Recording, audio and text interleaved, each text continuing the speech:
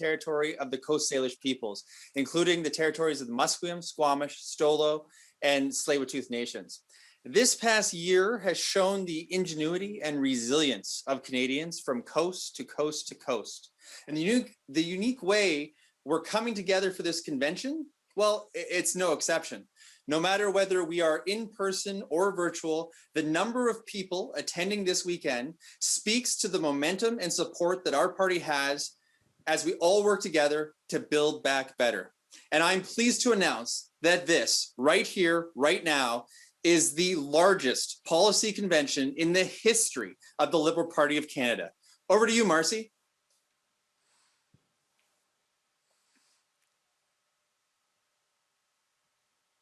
I can't hear. The first, she's on mute. Hello. Hi, Terry. Merci beaucoup. Thank you so very much. I'm honored to serve as a member of Parliament for Toronto Centre. I am Marcy Ian. I too, Terry, am working in my home office, but would like to acknowledge that I'm on the land, the traditional territory of the Wendat, the Anishinaabe, the Haudenosaunee, Métis, and Mississaugas of the New Credit First Nation. Together with my colleagues here today, I want to warmly welcome you. We are so excited. We are welcoming Canadians from coast to coast to coast to our first ever virtual Liberal National Convention. As Justin Trudeau and our Liberal team continue working to deliver crucial support for Canadians, everything from the economy to health, the environment, equality, and so much more. This virtual convention will lay the foundation for the hope as well as the hard work that is ahead. Rachel, à toi. Merci beaucoup, Marcy. Quel plaisir de pouvoir co-présider ce congrès avec toi et avec vous tous. Je m'appelle Rachel Bendayan, je suis la députée fédérale d'Outremont et très fière québécoise, bien entendu, et je vous parle depuis ma cuisine ici à Montréal avec ma petite Ellie. Je tiens à reconnaître que je me retrouve sur le territoire traditionnel des Mohawks. Et lors des prochains jours de ce congrès, nous aurons l'occasion d'écouter divers conférenciers, panélistes, des discussions absolument captivantes sur nos idées et nos politiques. On va participer à des séances de formation novatrices et nous allons concrétiser en tant que parti, en tant que mouvement, notre vision pour le Canada de demain. I've been attending Liberal conventions for about 20 years now, but never before with my little one and never before in my kitchen, so it's a first for all of us. Et à vrai dire, il n'a jamais été plus important qu'aujourd'hui de s'impliquer et nous vous sommes tellement reconnaissants d'être à nos côtés. Sur ce, Terry, mettons-nous à l'œuvre. It is my honor to introduce you to Jean Samiliak, an elder from Nunavut, who will provide a traditional welcome for everyone.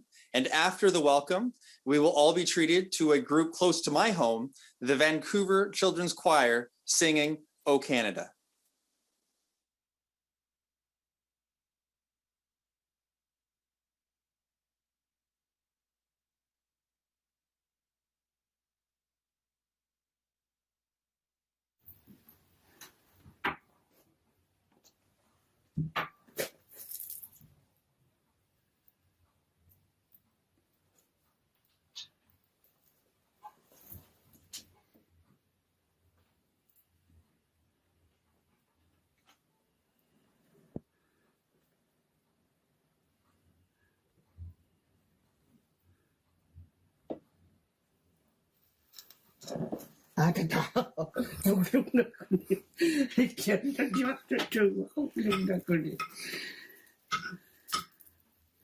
Natamak ko atok tawa na tut. Kiyan ilangin niya nguti siyangin nama. Ang natwa ka ang ulang ano aksunga. Ang nguti siyangin tunga. Tamna. Punyang nang nagilaring niluan nakapu. Siyan eh. Atugaw kayo tulaw mataw kalawak. Maniyang ni katsakhoy nito'y namakamay la. Tama nga kaya tapi bulu anana cia kuala cita dok tu galo. Na ya tunnu yau galo satu tunnu.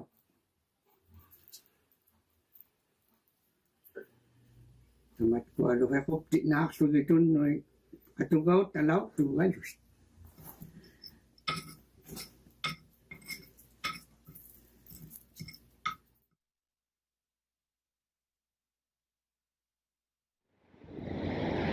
Bonjour and greetings from Vancouver, BC.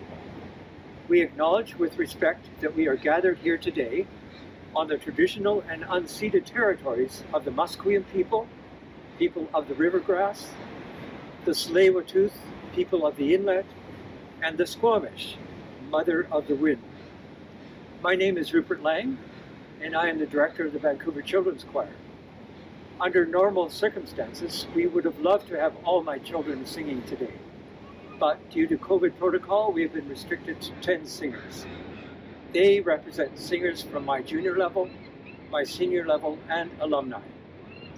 It is truly an honor to have been invited to lead you in the singing of our national anthem. As you are able, please stand.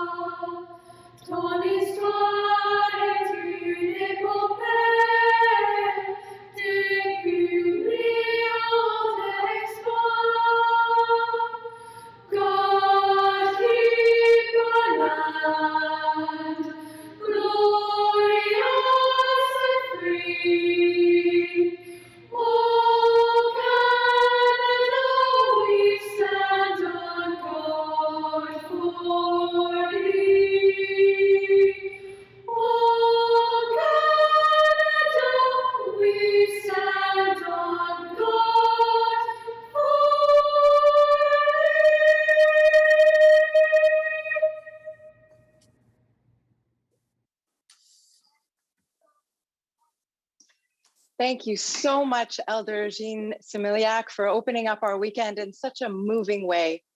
The hoodlick that Jean is using is a traditional oil lamp used by Inuit that provides light and warmth.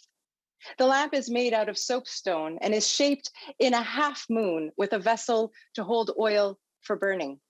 The lamp is traditionally used by women to take care of their families. It can be used for cooking, for drying wet clothes, melting ice, boiling water, providing light. It creates warmth and energy within the home. And of course, a huge thank you to the Vancouver Children's Choir for that absolutely magnificent rendition of O Canada. La pandémie de COVID-19 a eu des répercussions diverses sur chacun d'entre nous. Nous avons ce soir l'occasion de rendre hommage aux personnes qui sont en première ligne dans la lutte contre cette pandémie. D'innombrables Canadiens ont pris les devants dans un élan d'entraide et de solidarité pour assurer la sécurité de leur communauté, de leurs voisins et leurs voisines et de leurs proches. I would now like to invite everybody to please pause for a moment of silence to reflect on their selfless service, to remember the Canadians that we have lost to COVID-19, and to keep their families and loved ones forever in our thoughts.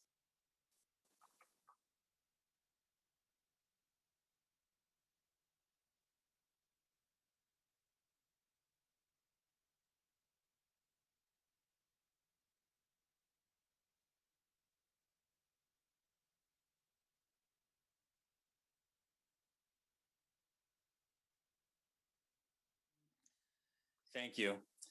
And I know this reflection and remembrance will continue as we stay focused on doing everything it takes, for as long as it takes, to keep Canadians safe, healthy, and supported. We also want to take a moment to remember another Canadian we lost this past year, who was a central figure of Liberal politics and Canadian public service for nearly half a century.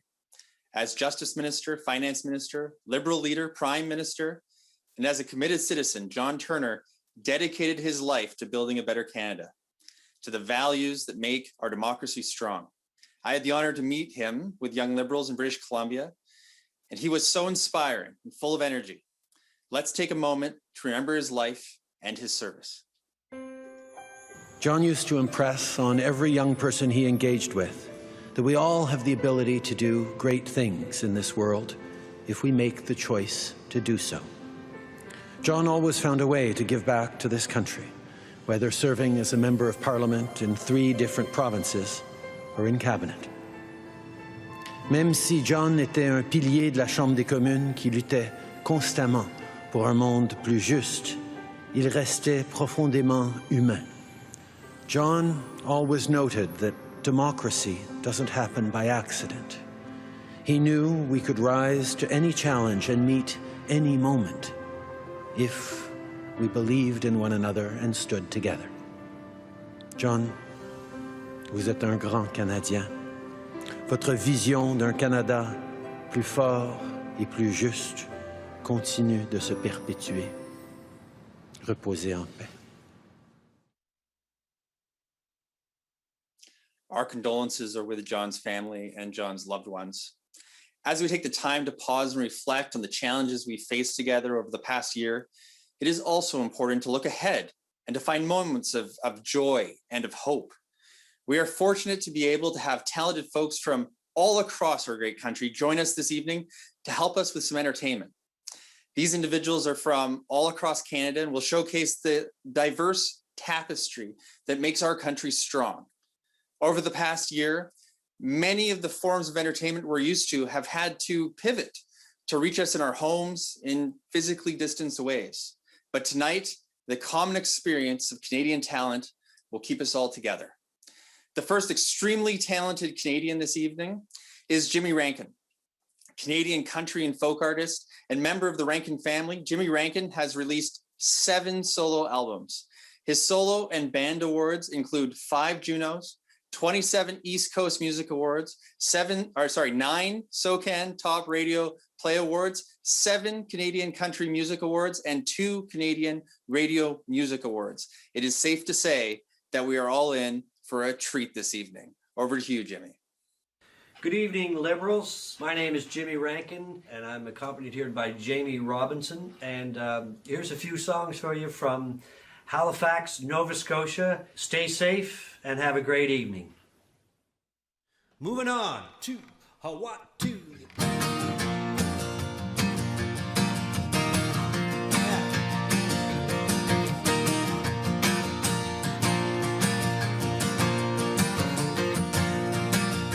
I've been rambling round for such a long, long time, somewhere in between, kinda lost my mind and I'm moving on. I'm going, gone, moving on. Like the man said in the song, I'm a rolling stone, moving on.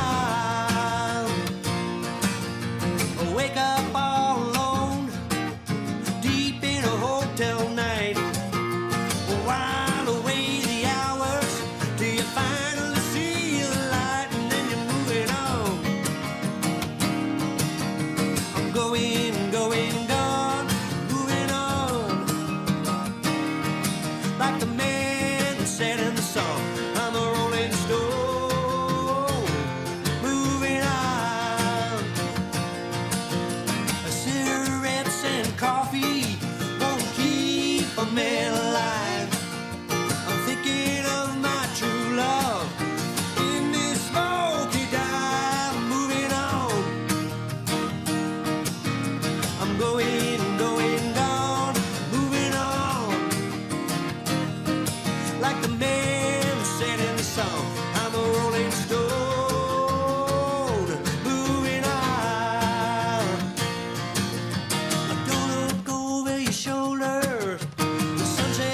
at your back.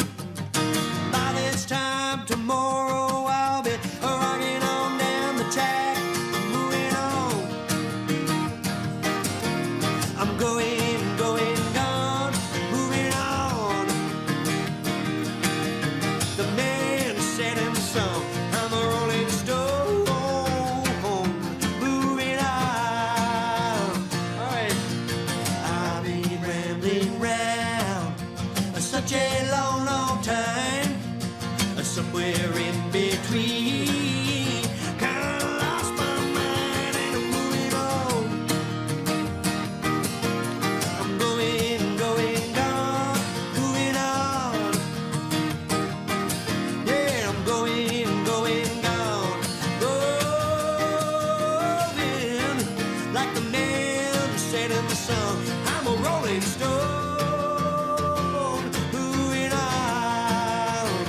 I'm a rolling stone, moving on. Moving, moving, moving, moving, rolling, moving, moving,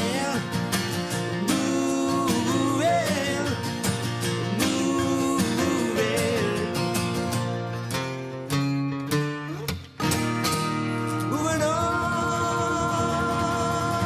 yeah. Woo, baby.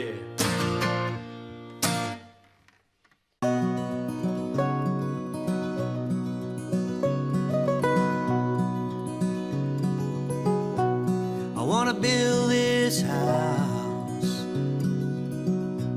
from the ground up to the roof, and it won't be done till it's as beautiful as you.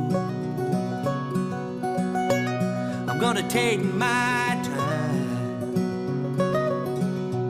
and make sure it stands strong through every storm and every hurricane that might come along. We'll fill it with love, more than enough. Make everything better with every touch. Can't do it alone, 'cause baby, without you it's just wood and stone. I wanna build this house, we'll make it home. I'm gonna face the window south, I'll let the sun come in, shine down on your pretty face every morning. We'll fill it with love, more than enough. Make everything better with every touch. Can't do it alone, 'cause baby, without you it's just wood and stone. Wanna build this house, we'll make it home.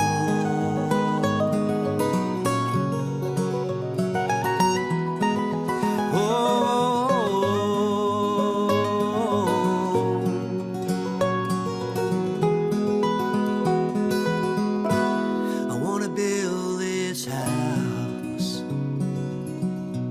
from the ground up to the roof, and it won't be done till it's as beautiful as you. We'll fill it with love, more than enough. Make everything better with every touch. Can't do it alone, 'cause baby, without you it's just wood and stone. And when it's done, we'll call it our own. Wanna build this house,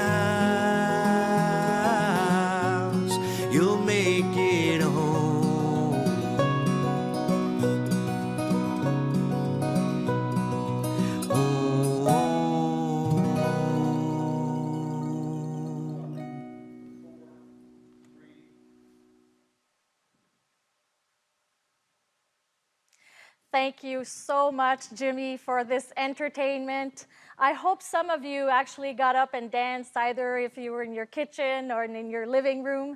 I know that I hummed a little bit of this song. Thank you so much. Merci, Jimmy, de mettre de l'ambiance dans notre partie, mettre de l'ambiance dans notre soirée, comme on sait le faire dans la côte ouest. Il est donc tout naturel pour moi d'inviter notre prochaine conférencière, elle aussi originaire de la Nouvelle-Écosse. J'ai le grand honneur de vous présenter notre prochaine invitée et la présidente du Parti libéral du Canada, Susan Cowan. Susan a été élue lors du Congrès de 2018 dans sa propre ville, sa ville natale, Halifax. Auparavant, elle a été vice-présidente anglophone du parti de 2016 à 2018.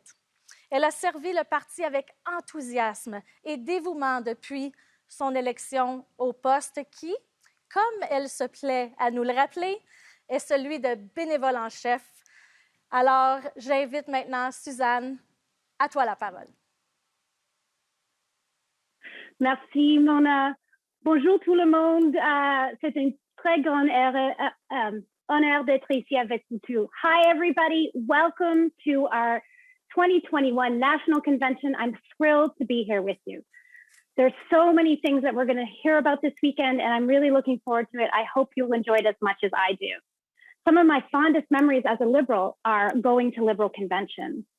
And especially, as Mona was saying, a really special place in my heart when I was elected president of the party in my hometown of Halifax in 2018. So hi to everybody at home, and I hope you're all staying safe.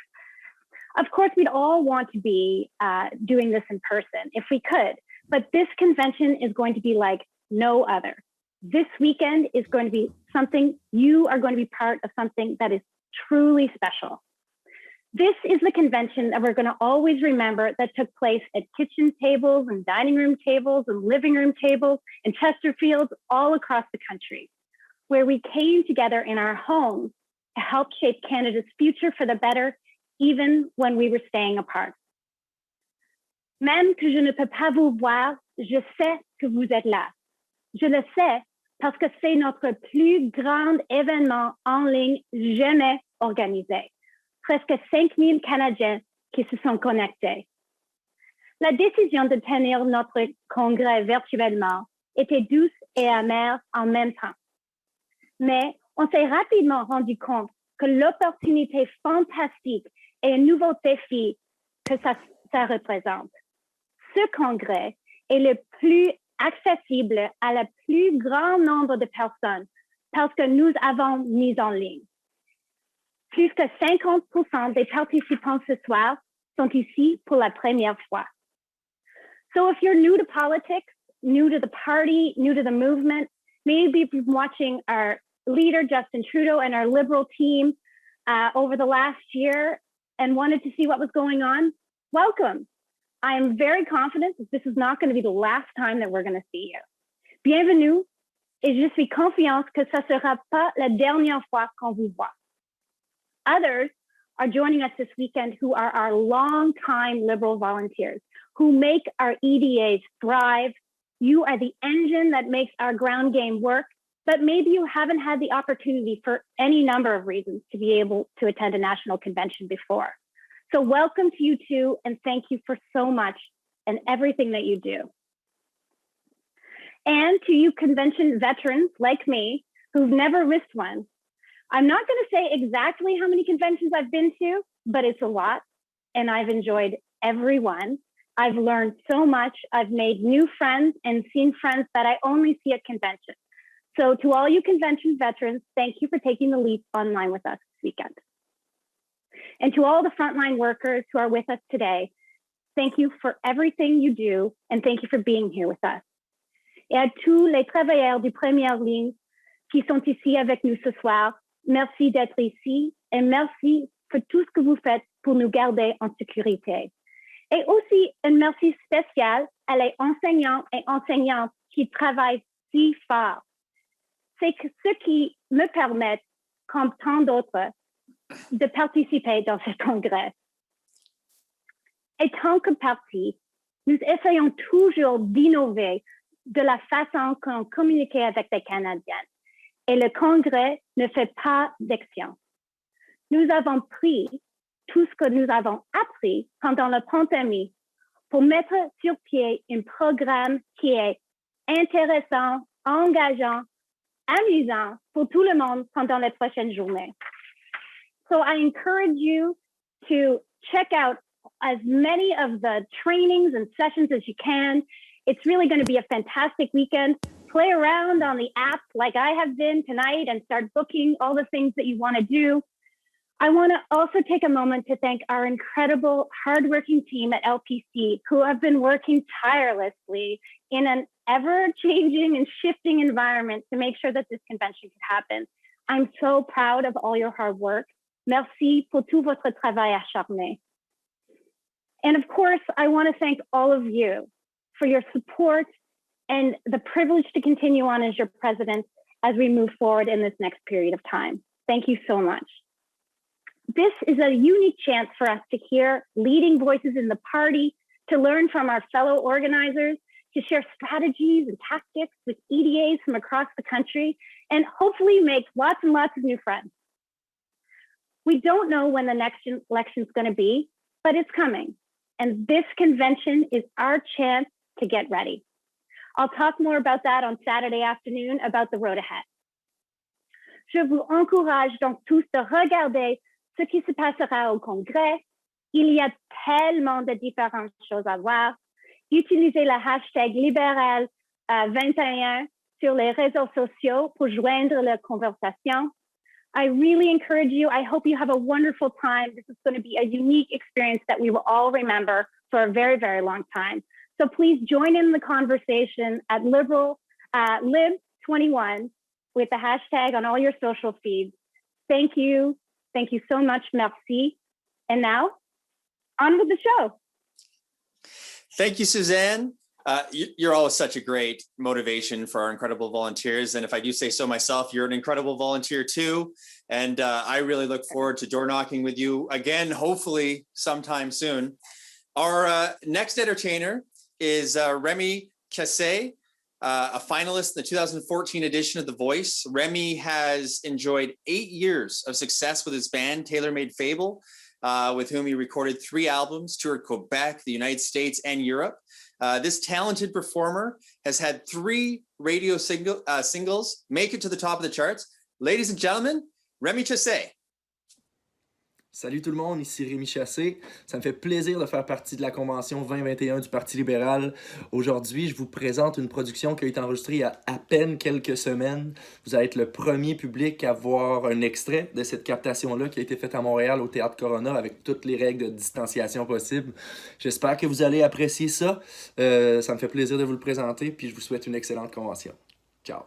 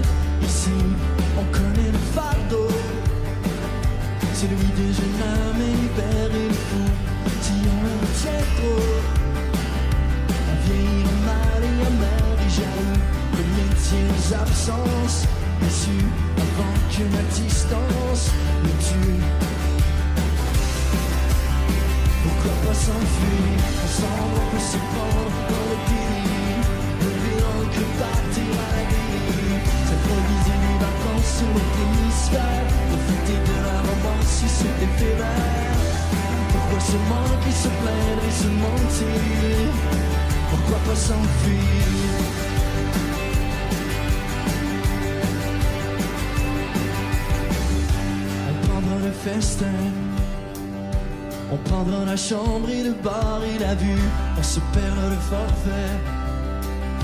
celui d'abondance et de transe et d'abus. Se prêter un instant au jeu, c'est beau quand c'est instable. Nous deux, on suivra seulement notre envie et le soleil. Tu dormiras dans l'auto quand t'as sommeil. Je conduirai jusqu'à la porte de notre hôtel. On ira boire sur le toit parmi les gratte-ciel. Pourquoi pas s'enfuir? Ensemble on peut s'y prendre dans le délire. L'évident que partir à la dérive. Sympathiser des vacances sur l'autre hémisphère. Profiter de la romance si c'est éphémère. Pourquoi se manquer, se plaindre et se mentir? Pourquoi pas s'enfuir?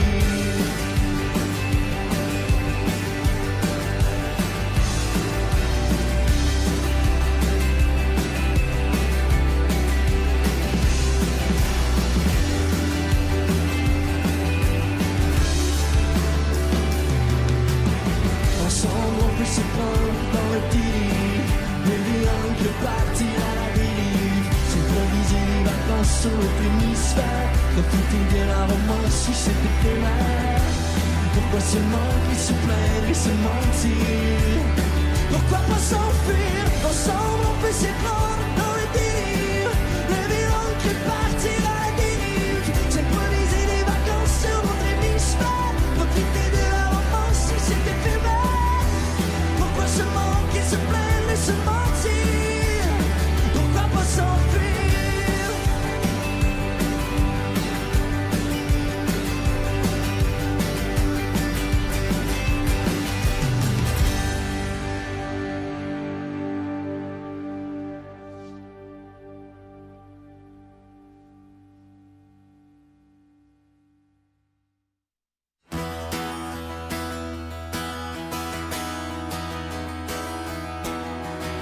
J'espérais trouver l'amour, j'ai trouvé l'indifférence. J'ai cherché les mots pour m'arracher à la souffrance.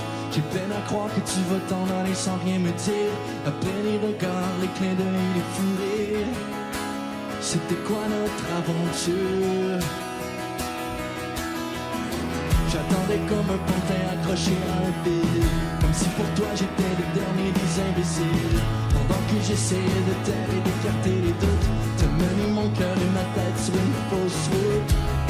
Mais c'était quoi notre aventure?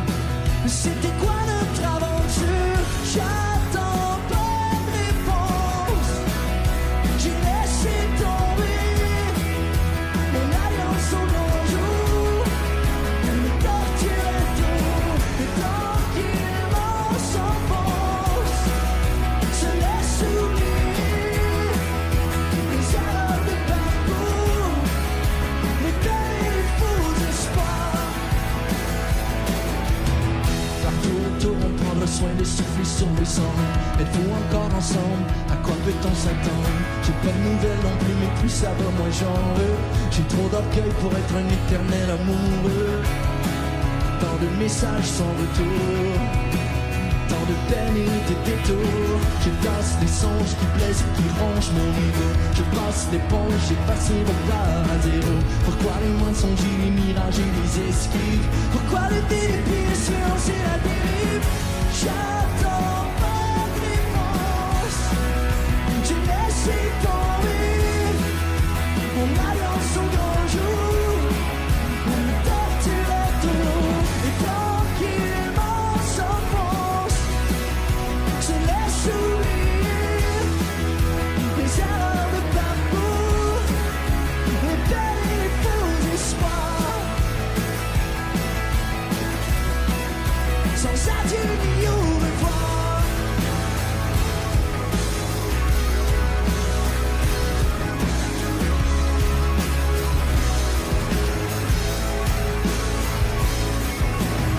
Pourquoi les mensonges et les mirages et les esquives? Pourquoi les pieds et puis le silence et la dérive? J'attends pas de réponse. J'attends pas de réponse. Pourquoi les mensonges et les mirages et les esquives? Pourquoi les pieds et puis le silence et la dérive? J'attends pas de réponse. J'ai laissé tomber mon alliance au grand jour. Elle me torturait trop, tranquillement s'enfonce. se laisse oublier les erreurs de parcours. Ce laborieux détour, j'attends pas de réponse. J'ai laissé tomber, on allait ensemble un jour, et le torturait trop. Tranquillement s'enfonce et reste enterré. Les erreurs de parcours, les peines et les faux espoirs. Sans adieu ni au revoir.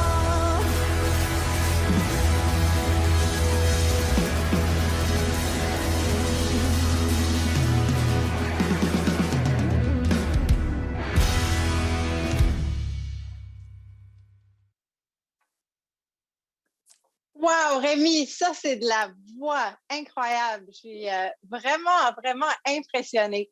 Merci beaucoup, Rémi. C'était super. Et nous sommes tellement reconnaissants parce que, en tout cas, je parle pour moi-même, mais ça me manque tellement les spectacles, les concerts. Et je crois que c'est le cas pour tout le monde. Notre communauté culturelle et artistique nous manque tellement, surtout ici au Québec où nous sommes si fiers de nos artistes et notre milieu culturel.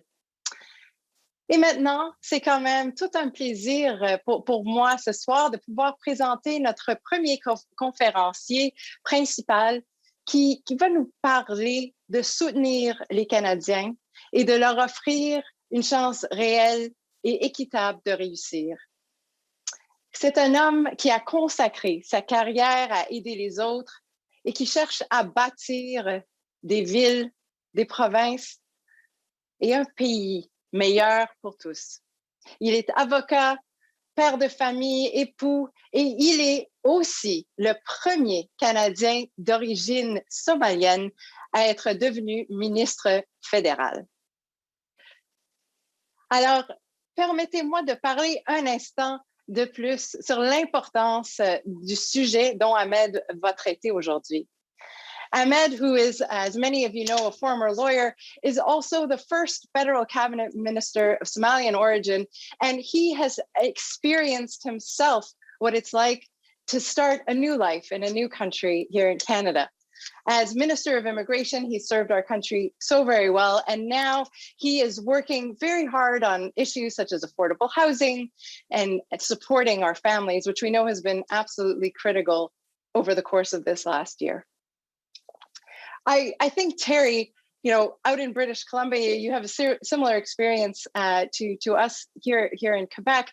A lot of people have been speaking to me about the importance of affordable housing. People are seeing the housing market increase considerably here in Montreal. I imagine it's the same out in Burnaby.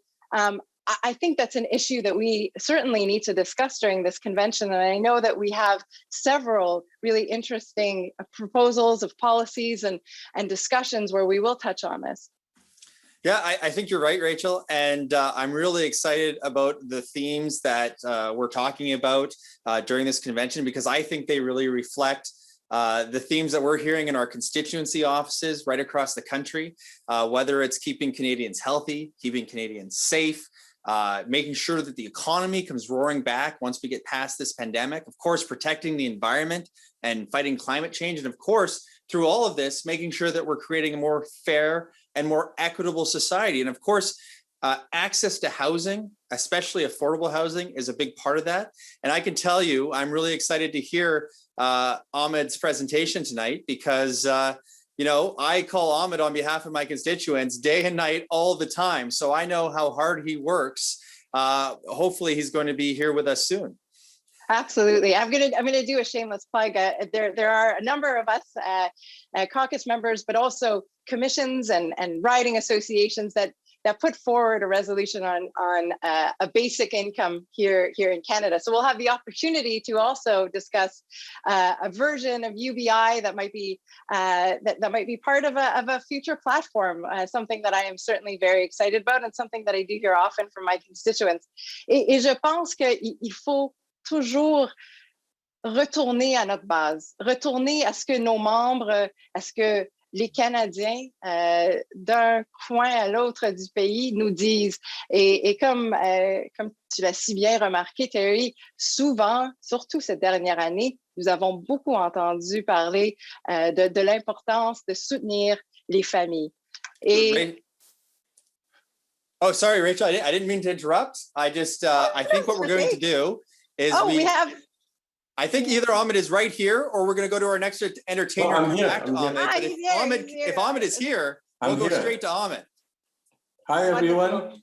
Hi, Terry. Hi, Rachel. Hi, Marcy. How's everyone? We're doing great. And the floor is yours. Okay, fantastic. No, this is so good. I'm really, really glad to join all of you. Bonjour tout le monde. Hello, everyone. And I'm joining you from Toronto on the traditional territory of the Mississaugas of the Credit. And a lot has really changed since the last time we saw each other. But I'm really, really glad we're finding a way to be together virtually. Here in Ontario, we are in another lockdown. And I know it's tough. We're missing birthdays and anniversaries and weddings and funerals. But all kinds of religious ceremonies, from Vaisakhi to Easter to Nowruz to Passover, and so many other occasions. For me as a Muslim, Ramadan is coming. And it will be another Ramadan away from gatherings with family and friends for iftar. I want us to take a moment to really remember the lives lost during the pandemic, many of them from our own liberal family or their loved ones. And we're thinking of all of those people tonight, and we honor them. And as we're all starting to or waiting to get vaccinated, we have to continue to stay apart and follow all the health guidelines. And by working together, we know we can get through this.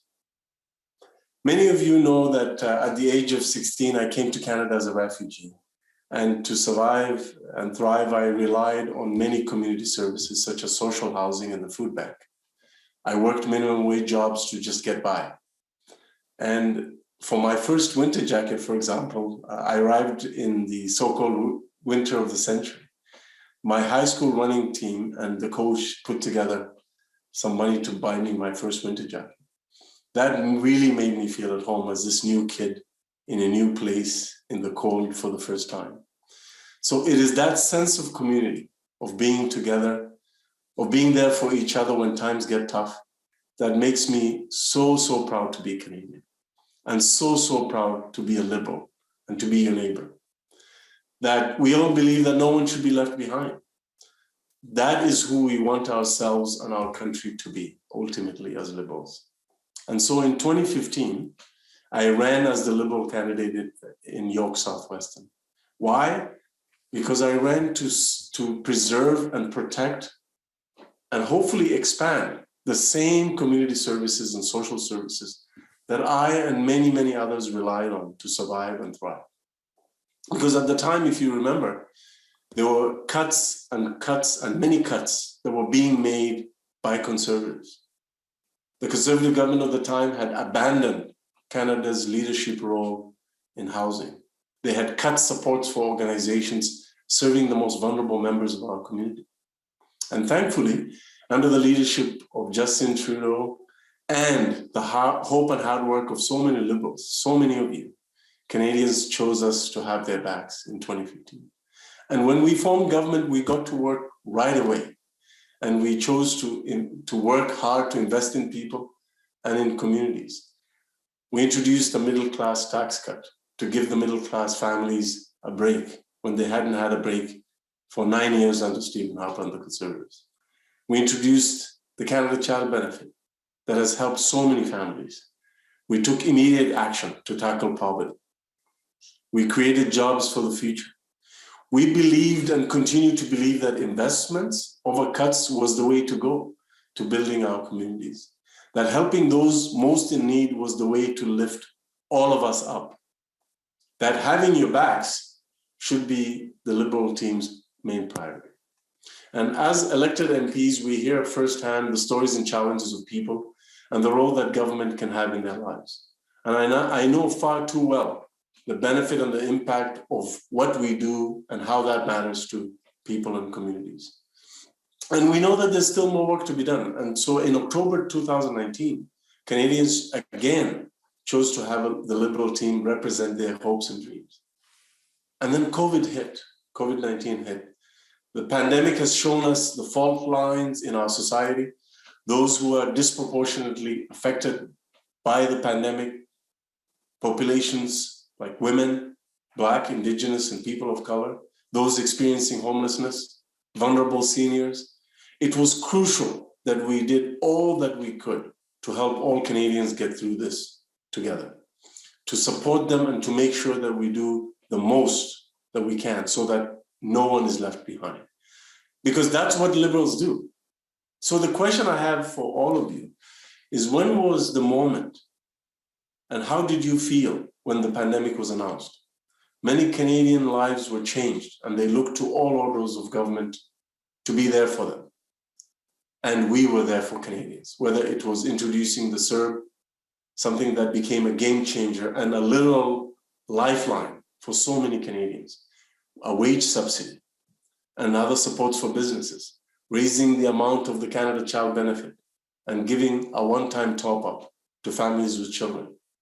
And I always ask this question: what would we have seen if Erin O'Toole and the Conservatives were in power when the pandemic hit?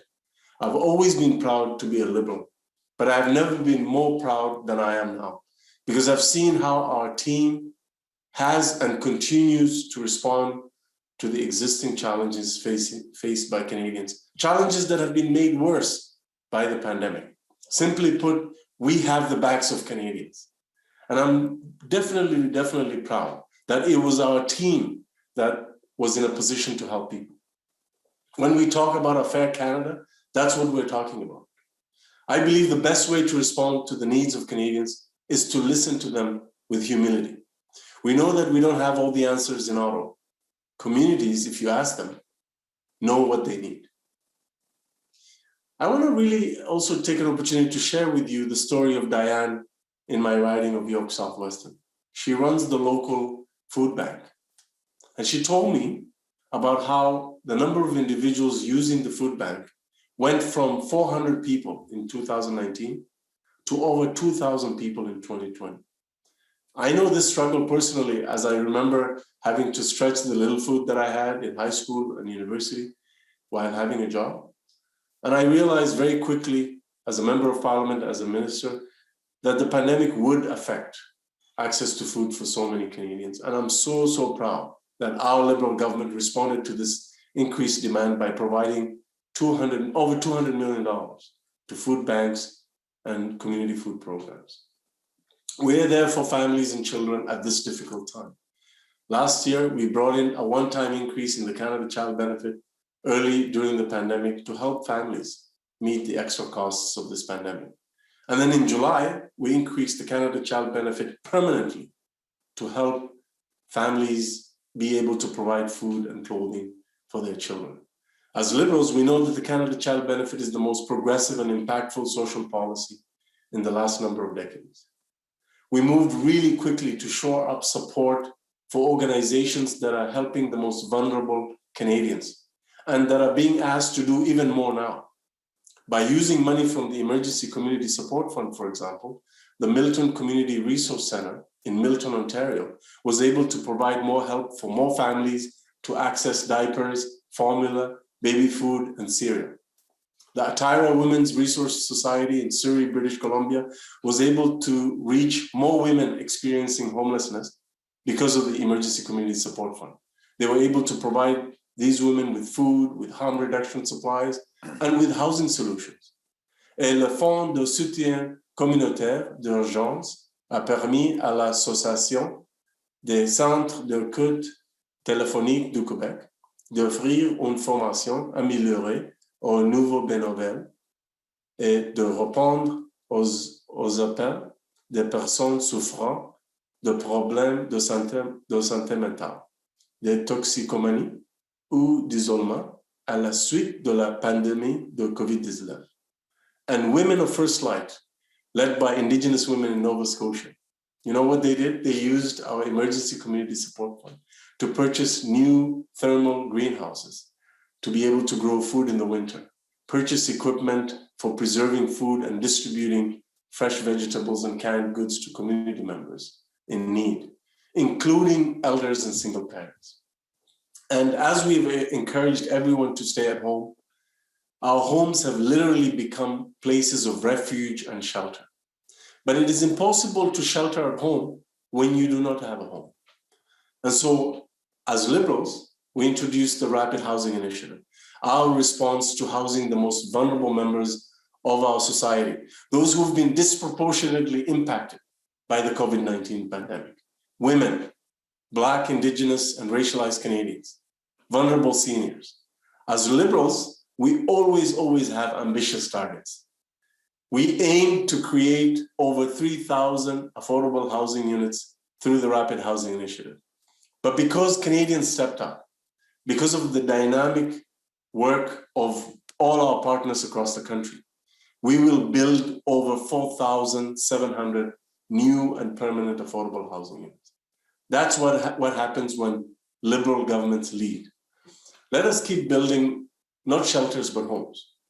When the pandemic started, I consulted with Canadians across the country, and time again, it didn't matter which group that I was meeting, whether it was a business group, women's organizations, nonprofits, labor unions, it didn't matter, or mothers. The topic of early learning and childcare would come up time and time again, which is why we provided just last year an additional $625 million to make sure that this sector got COVID relief so that it survives and actually emerges stronger from the COVID-19 pandemic. And we, as Liberals, understand, we get it, that Canadian families look at childcare not as a necessity. They don't look at childcare as a luxury, but as a necessity. We believe every child in Canada, no matter their household income, no matter what part of Canada that they're born in, deserve having access to affordable childcare that gives them an opportunity to have high quality early learning and childcare, which is accessible and inclusive. We have to make sure that we have inclusive childcare in this country. That is why we're determined to introduce, as mentioned by our leader, Justin Trudeau, a Canada-wide system of early learning and childcare, and to make the long-term sustained investments necessary to make this happen. We simply owe this to Canadian women who are now, Canadian women with children who are now unfairly held back from the workforce because of a lack of access to affordable childcare. And we also owe it to our kids so that we can give them the best possible start in life. What I've heard from Canadians across the country is that there is no economic recovery without investments in early learning and childcare. And we Liberals get that. Time and again, we are there for Canadians throughout all the struggles that they face. But throughout COVID, many have also said that we're in this together. The truth is, and what has also become clear is, that sometimes we're not in this together. The lived reality for so many Canadians is different from all the other Canadians. We often speak about the struggle of inclusivity. Over the years, the Liberal team has spoken about what an inclusive Canada means for all of us. And then last summer, we all watched in horror as George Floyd lost his life in 8 minutes and 46 seconds. And his life was ended by a white police officer in Minneapolis, Minnesota. Here at home, Black Canadians paid closer attention to this, knowing the reality of systemic racism and the daily discrimination and implicit bias that they encounter. Young Black Canadian boys and men are often profiled by law enforcement, and Black Muslim women are targeted for their looks or their religious clothing.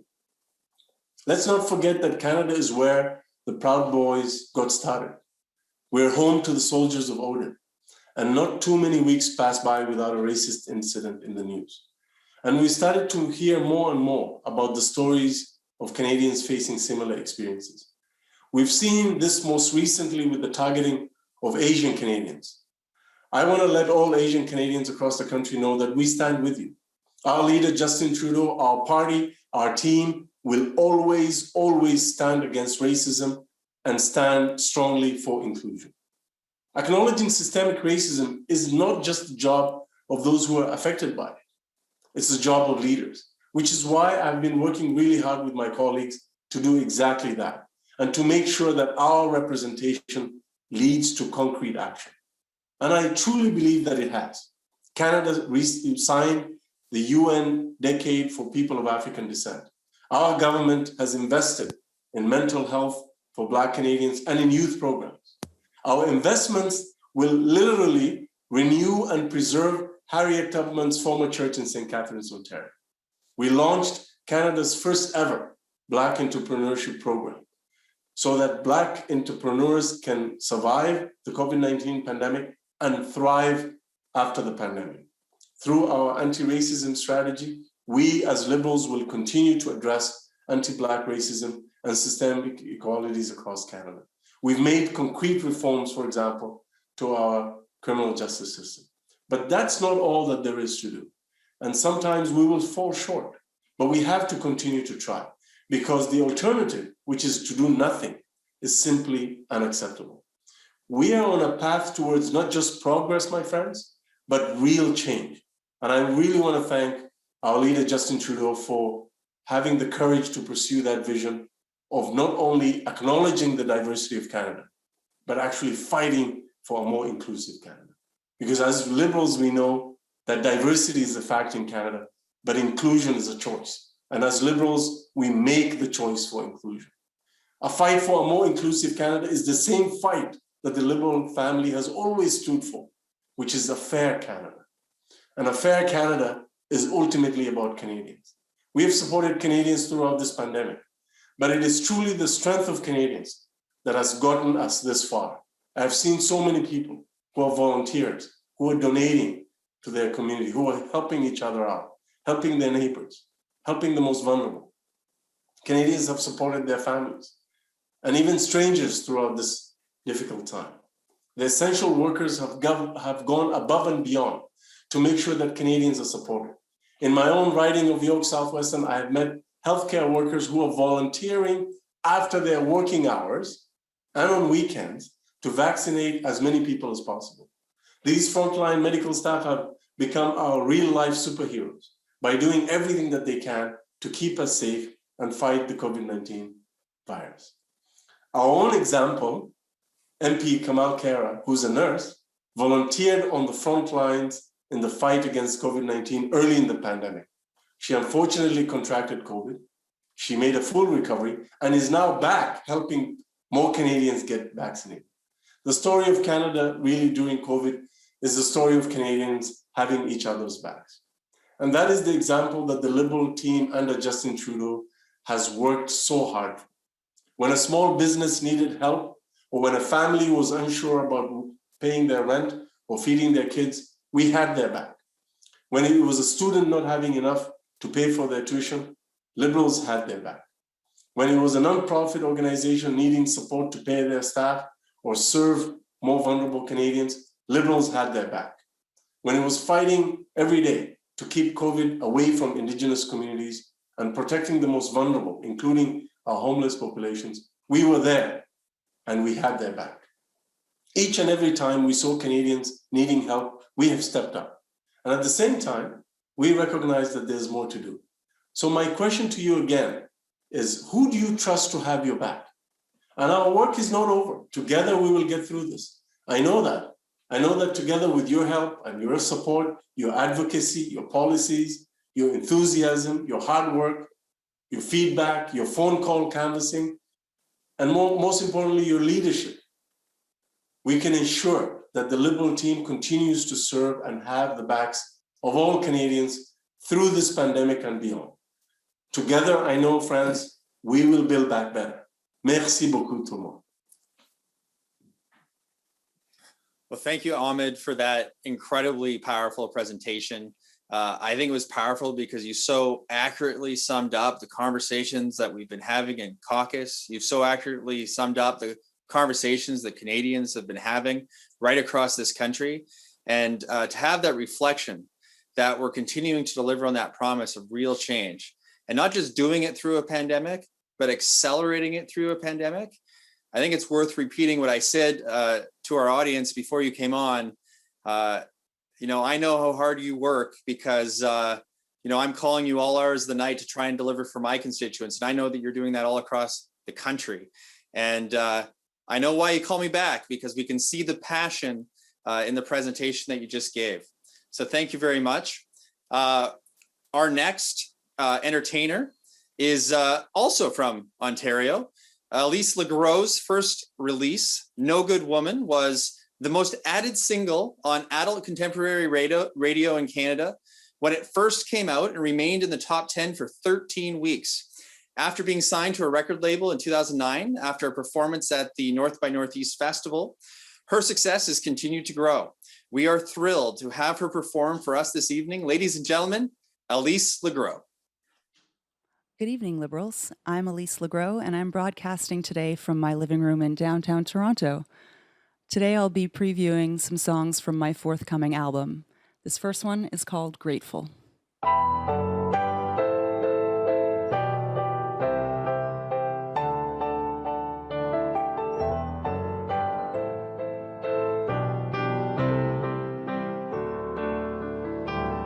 I've had my share of whiskey. I never claimed to be perfect and I pray time don't hold that against me. Who said I deserve the beauty that I see every morning? And every long dark night gives me reason to be thankful. I never said I was great, but I'm grateful. I never said I was great, but I'm grateful. Oh, I know that I could have been gone.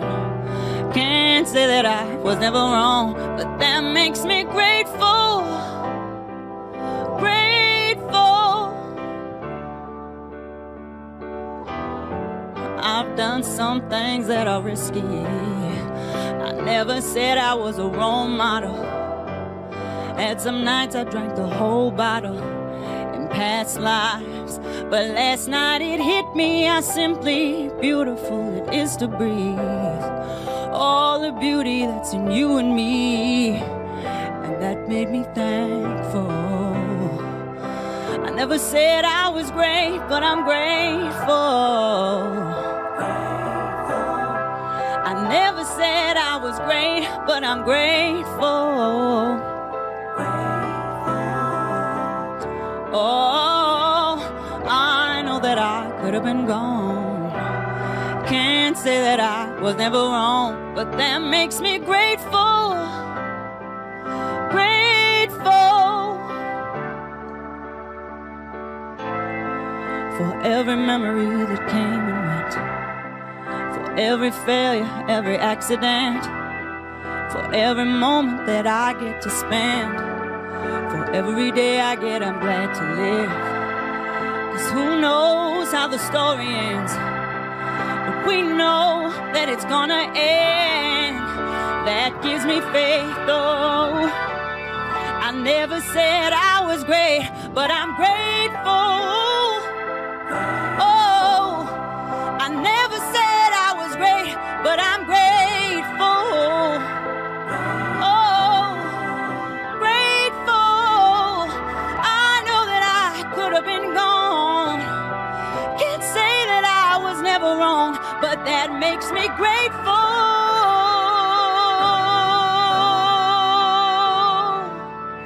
Grateful.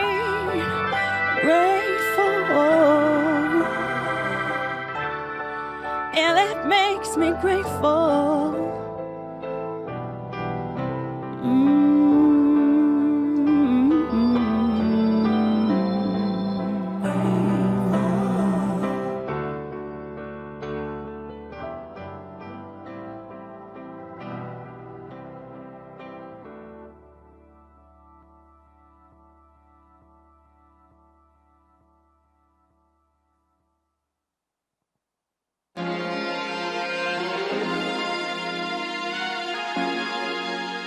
This next one's called Holiday.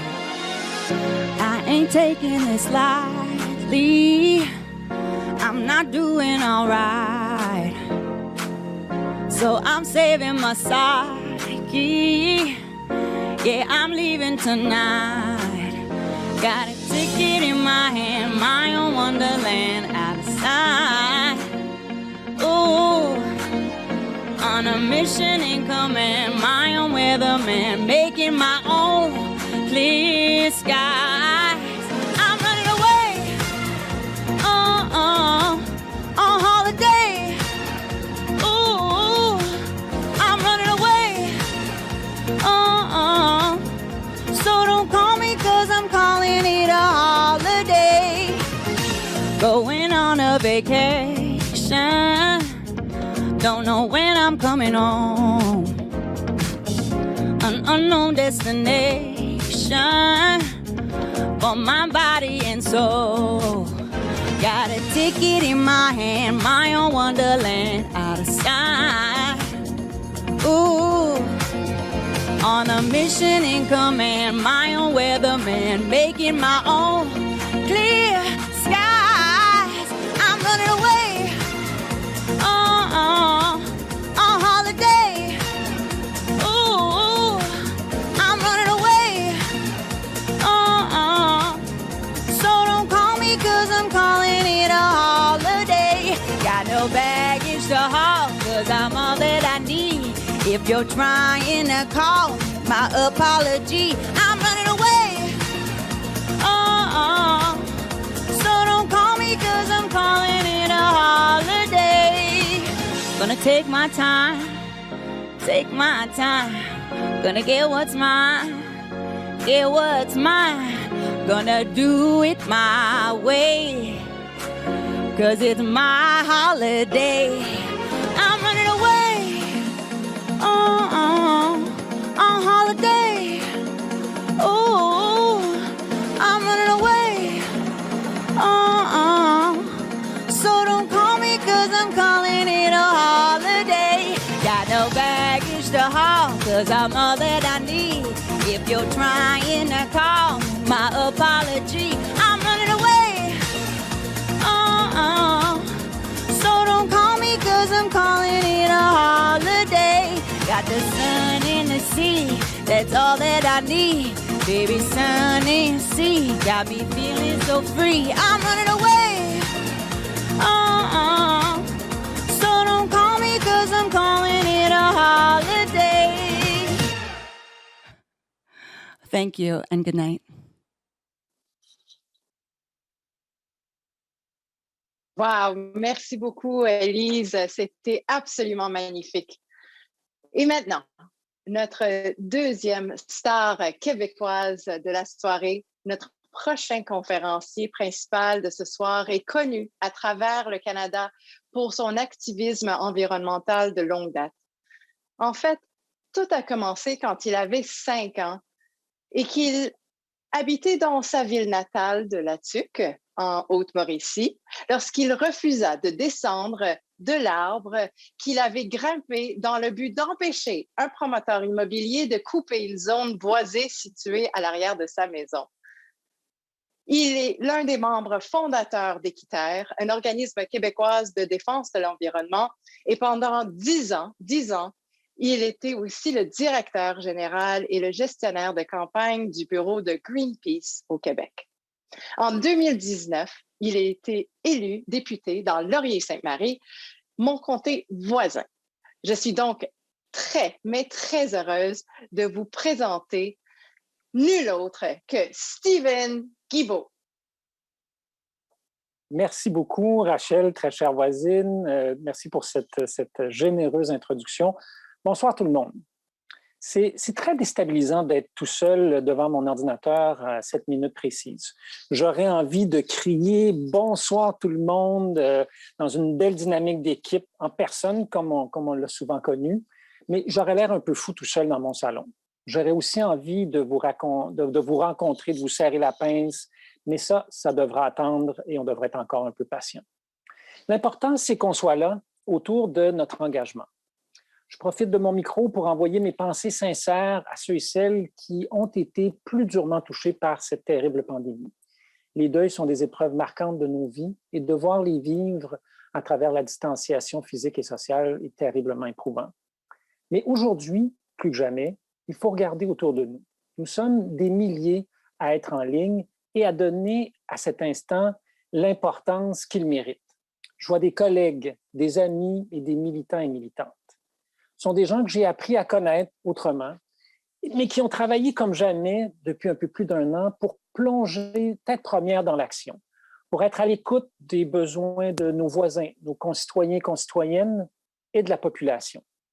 Nous avons mobilisé des forces et des ressources qui nous étaient parfois inconnues. Nous avons travaillé des heures souvent indécentes dans une course contre la montre pour mettre en place un filet de sécurité destiné aux plus vulnérables parmi nous. Je tiens à féliciter le travail incroyable de mes collègues qui ont permis à des millions de Canadiennes et Canadiens de garder la tête hors de l'eau. C'est dans un esprit de communauté que nous avons réussi à mettre en place des programmes ambitieux pour accompagner les gens frappés de plein fouet par la COVID. Et si on commence à voir la lumière au bout du tunnel, il ne faut pas lâcher. Il reste les derniers milles à parcourir, comme ceux d'un marathon. Bien que ce soit mon premier congrès comme élu du Parti libéral du Canada, ce n'est pas la première fois que je m'adresse à vous dans ce forum, puisque vous m'aviez invité en 2016 à m'adresser à vous alors que j'étais militant écologiste. C'est d'ailleurs le bilan du gouvernement de 2015 à 2019 en matière d'environnement et de changement climatique qui m'a amené à me présenter aux dernières élections, alors que je refusais des offres d'à peu près tous les partis, sauf le Parti conservateur, bien sûr, depuis à peu près 2 décennies. J'aimerais souligner avec vous quelques éléments de ce bilan-là. Alors qu'une succession de gouvernements fédéraux n'avait protégé que 2 % de nos espaces marins entre le sommet de la Terre de Rio en 92 et 2015, cette protection est passée à plus de 14 % entre 2015 et 2019, et notre objectif est maintenant de doubler ces superficies d'ici 2030. La mise en place du prix sur la pollution, une première au niveau fédéral, et en l'espace de 4 ans, notre prix est devenu aussi ambitieux, sinon plus, que ceux du Québec, de la Colombie-Britannique et même de la Californie et de l'Union européenne. Il y a eu des investissements records dans l'électrification des transports. Vous savez, comme militant écologiste, j'ai longtemps rêvé d'un gouvernement fédéral qui serait un partenaire des provinces et des municipalités dans le développement des transports collectifs. Mais hélas, pendant des décennies, le Canada n'a eu aucune stratégie sur cette question fondamentale. Tout ça a changé avec le gouvernement de Justin Trudeau. Aujourd'hui, les investissements en transport collectif et actifs dépassent 13 milliards de dollars et supportent le développement de plus de 1000 projets à travers le pays, dont l'expansion du métro à Toronto, la phase 1 du REM à Montréal, le projet de tramway à Québec, le projet de train électrique à Gatineau et plusieurs autres. C'est donc fort de ce bilan que j'ai pris la décision de me présenter dans la très belle circonscription de Laurier-Sainte-Marie, où j'habite depuis 20 ans. Une circonscription qui n'avait pas été libérale depuis 30 ans. Et après une campagne extraordinaire avec des bénévoles tout aussi incroyables, j'ai réussi le pari de me faire élire. Et c'est par la suite que le premier ministre m'a fait l'immense honneur de me nommer ministre du patrimoine canadien. C'est peut-être pas là où certains et certaines s'attendaient à me voir. Et des critiques se sont même demandé qu'est-ce que Stephen Guilbeault connaît à l'art, à la culture ou aux médias? Mais passé cette surprise initiale, alors que je commençais à rencontrer les artistes un peu partout au pays, ils me disaient être tellement contents d'avoir un militant écologiste comme ministre du patrimoine. Peut-être parce qu'ils me communiquaient leurs espoirs de me voir militer pour le secteur des arts, de la culture et du sport, comme je l'ai fait pour l'environnement et les changements climatiques. Je pense qu'ils me communiquaient aussi leur grand besoin d'aide au secteur pour faire mieux en matière environnementale, ainsi que l'envie des artistes à faire partie de la solution. D'autant plus que les artistes et leurs œuvres permettent de toucher les êtres, de faire réfléchir et de nourrir les changements sociaux. Peut-être une chose que les artistes et les écologistes partagent ensemble. Nous sommes, dans le sens le plus noble du terme, des rêveurs, des gens qui imaginons le monde autrement. Et le premier ministre m'a demandé d'être une voix forte sur la question des changements climatiques autour de la table. Et c'est ce que j'ai fait. Ce sont des enjeux transversaux qui touchent tous les ministères et tous les ministres, comme les questions autochtones, l'inclusion et la lutte au racisme. On a la chance de travailler en équipe et de tirer vers le haut ensemble. En parlant de questions autochtones, je suis également responsable de la mise en œuvre de la loi sur les langues autochtones. Et c'est à ce titre que j'ai déposé mon premier projet de loi à l'automne dernier pour instaurer la Journée nationale de vérité et réconciliation et s'assurer que la tragique histoire et les séquelles des pensionnats ne tombent jamais dans l'oubli. Le racisme systémique et les abus n'ont pas pris de congé avec la pandémie, bien au contraire. Le reconnaître est un premier pas. Comprendre que c'est un enjeu qui nous concerne toutes et tous, ainsi que l'ensemble de nos institutions, est essentiel pour le contrer. À Patrimoine canadien, nous aidons les gens à raconter leurs propres histoires et à utiliser leur propre voix pour le faire. Lutter contre le racisme passe inévitablement par une représentation plus juste à l'écran, mais aussi en ligne et dans les médias. Les jeunes Canadiens et Canadiennes racisés et autochtones ont besoin de se voir représentés à l'écran dans toute leur complexité. Leurs réussites, comme leurs défis et leurs expériences, doivent être connus et bénéficier d'un espace équitable pour s'exprimer. Et cette vision s'est retrouvée dans la modernisation de la loi sur la radiodiffusion, un des projets de loi que j'ai déposé et qui s'adresse aux géants du Web pour un cadre réglementaire numérique plus équitable. Effectivement, il s'agit là d'un des grands enjeux auxquels notre gouvernement s'est attaqué, soit celui de réglementer les géants du Web. Notre gouvernement a une stratégie en plusieurs volets qui incorpore ainsi la taxation et la protection des données privées, mais je me concentrerai sur les 3 volets qui relèvent du patrimoine canadien. Celui de la culture, pour que les plateformes financent les histoires et la musique d'ici. Le discours haineux et les contenus illégaux en ligne, et la compensation équitable des médias pour l'utilisation de leur contenu par les plateformes. Sur le volet culturel, j'ai déposé le projet de loi C10, qui, lorsqu'adopté, forcera les géants du Web comme Netflix, Amazon Prime, Spotify ou encore Apple Music à faire leur juste part en matière d'investissement dans le contenu culturel canadien et québécois, au même titre que le font, depuis des décennies, les diffuseurs canadiens. Pour nous, il s'agit d'une question d'équité. Ceux qui bénéficient de la création et des histoires canadiennes, qu'elles soient francophones, anglophones ou autochtones, doivent aussi y contribuer pour que nos histoires soient mises de l'avant, suggérées et mises en valeur afin qu'on les découvre. Ce sont ces histoires qui nous permettent de nous reconnaître et de mieux nous connaître pour dépasser nos différences et mieux comprendre nos réalités différentes. Le dépôt de ce projet de loi a été salué par de nombreux acteurs du secteur des arts et de la culture, certains le décrivant même comme historique. J'ai bon espoir qu'il pourra être adopté au cours des prochains mois. Je déposerai également au cours des prochaines semaines un autre projet de loi visant celui-là à combattre la haine en ligne et autres contenus illégaux. Je sais que nous sommes nombreux partout au pays à en être témoins tous les jours quand on ne le subit pas directement. Les chiffres parlent d'eux-mêmes. Une enquête mondiale menée auprès de 14 000 filles âgées de 15 à 25 ans dans 22 pays, dont le Canada, montre que plus de la moitié, en fait 58%, ont déjà été victimes d'abus ou de harcèlement en ligne. Au Canada, les chiffres sont encore plus élevés, alors que cette proportion augmente à 62%. Racialized groups are also 3 times more likely to be exposed or targeted by violence on social media.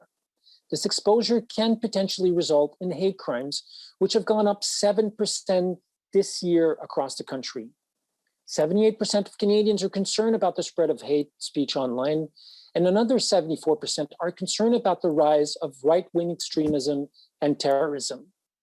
80% of Canadians support requiring social media companies to remove racist or hateful content within 24 hours. Et puis, il y a nos médias, que la pandémie n'a pas ménagé. Notre gouvernement a été clair. Le travail des journalistes n'est pas gratuit et doit être adéquatement rémunéré. Le journalisme local, les médias communautaires et l'ensemble du secteur sont confrontés à des pressions financières immenses qui ont été exacerbées par la pandémie. Et là encore, les géants du Web que sont Google et Facebook devront faire leur part pour compenser équitablement les médias pour l'utilisation qu'ils font du contenu médiatique canadien. Je mentionnais plutôt que mon passé de militant pourrait me servir. Eh bien, il me sert face à des compagnies puissantes, tout comme j'ai fait face à des compagnies qui ne voulaient pas de réglementation environnementale. Mais il me sert aussi à construire des ponts. que ce soit avec d'autres pays, d'autres partis, d'autres organisations ou encore des entreprises. L'union fait la force. Et nous ne sommes peut-être pas les premiers à agir sur ces questions, mais nous sommes certainement parmi les premiers et nous sommes les seuls à présenter 3 projets de loi sur la question des géants du Web la même année. Je vais me permettre d'ailleurs de faire une petite suggestion de lecture, ministre du Patrimoine oblige, et vous inviter à lire le récit de notre bataille diplomatique avec différents pays pour réglementer les géants du Web dans l'édition du mois de mai du magazine L'Actualité. Le reportage est une belle plongée avec mon équipe et nos partenaires internationaux pour raconter les coulisses de notre travail qui pourrait passionner plusieurs mordus politiques que vous êtes. L'article décrit bien la stratégie de notre gouvernement, mais également comment, à l'initiative du Canada, une coalition de pays travaille maintenant de concert pour faire face à ces mastodontes. Parmi eux, on retrouve notamment la France, l'Allemagne et l'Australie.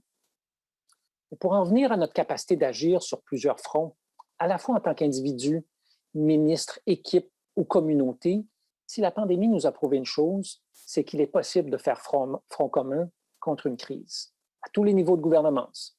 Chacun à sa hauteur, on peut renverser la tendance et limiter les pires risques posés par les changements climatiques. C'est d'ailleurs ce qui m'a amené aux côtés du premier ministre et des ministres McKenna et Wilkinson pour l'annonce en décembre dernier du nouveau plan fédéral de lutte au changement climatique. Un plan que mes anciens collègues de Greenpeace ont qualifié d'ambitieux. Et pour ceux et celles qui connaissent bien l'organisation, ce n'est pas parce que j'y ai travaillé pendant 10 ans qu'ils ont tendance à me faire des cadeaux. Ce plan est l'un des plus détaillés au monde et a été salué par de nombreux intervenants. It's no secret that I joined this team because I strongly believe that we need to do more to address climate change.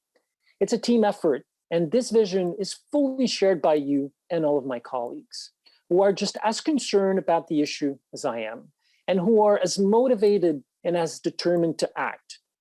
It is nice to be part of a group that not only does not question the reality of climate change, but also keeps pushing the envelope to do more, even faster.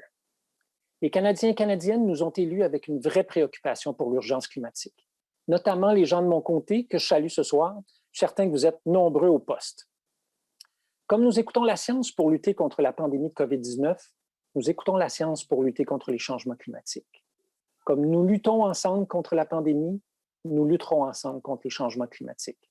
Chacun à notre niveau, de notre cellule familiale en passant par nos communautés, les entreprises et jusqu'aux accords entre différents pays. We will do this by building on our strength and, most importantly, by making a place for everyone in this transition. From transportation to housing, energy to industry, we are listening to science to avoid the worst risks caused by this global crisis.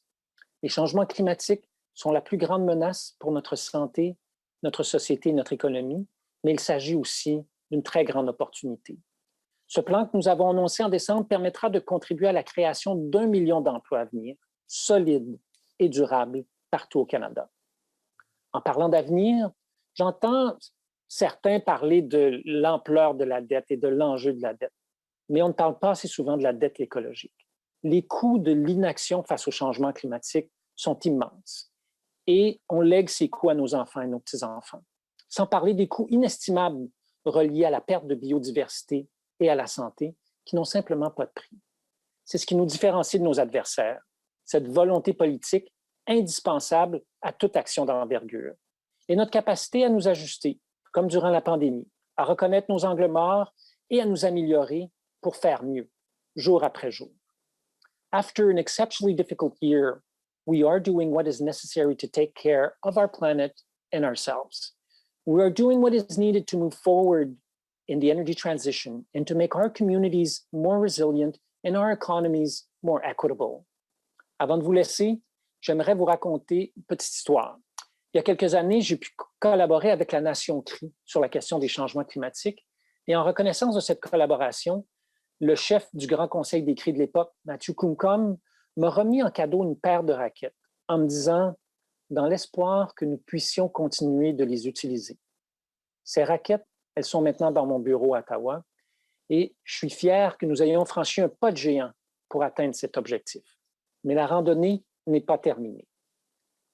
Pour conclure, permettez-moi de revenir sur le reportage du magazine L'Actualité qui portait le titre poétique de la fin de la récréation pour les géants du web et dont la conclusion se lit à peu près comme suit.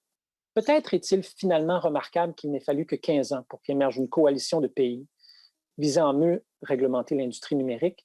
Et peut-être n'est-il pas si surprenant que le ministre à la tête de ce chantier soit un ancien militant écologiste. Over the next 2 days, we will be exchanging ideas, listening to our liberal family from across the country, discussing policy directions important to our communities and to our country, and to learn and grow from each other. Have a great convention, everyone. Merci beaucoup. Bonsoir. Thank you, Stephen, for your inspiring remarks tonight and for all of your hard work with our team. You might not have noticed, but I was making a call when Rachel was introducing you, and I got a lot of text messages because a lot of people noticed me making that call, and they thought, well, maybe it's the Prime Minister giving me some tips on how to be a better convention co-host. So a little behind the scenes, my entire studio in my office here in my house is made up of 3 wonderful women. My wife, Ravi, my 60-day-old daughter, Solar, and my 2.5-year-old Nova. And there was some loud sounds coming from the other room. So I was checking in and making sure everything was all right. And if making adjustments like that during a national convention like this doesn't share the experience of what COVID is, I don't think anything else will. Maybe they'll be making an appearance over the course of the convention. Our next performance is coming from Qatari and Lexi Halderman. Qatari was given the traditional name of Rainbow Girl in 2013 following the Southern Alberta floods, representing the hope that comes after a storm. As we continue to help Canadians through this global pandemic, hope after a storm is an apt representation. The 2021 Calgary Stampede poster was designed by Lexi as a beautiful representation of Qatari's dancing. Lexi felt the image is about optimism and showcases her standing strong and looking forward with determination. And now let's take a moment to enjoy this next performance.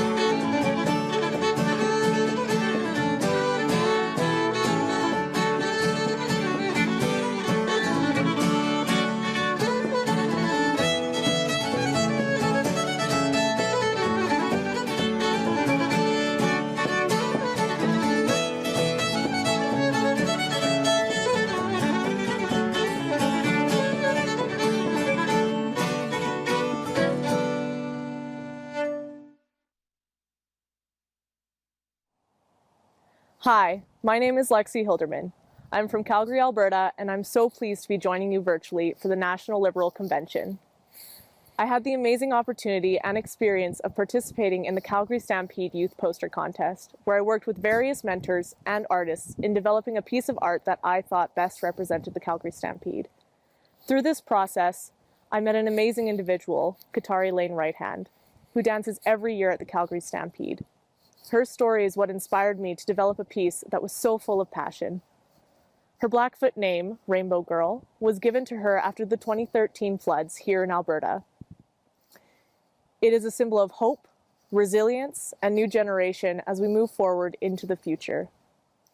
I believe that Katari is an incredible representation of the legacy and vibrancy of Indigenous youth here in Alberta, and I wanted to celebrate her story as well as the many stories of others like her with my work and for the Calgary Stampede.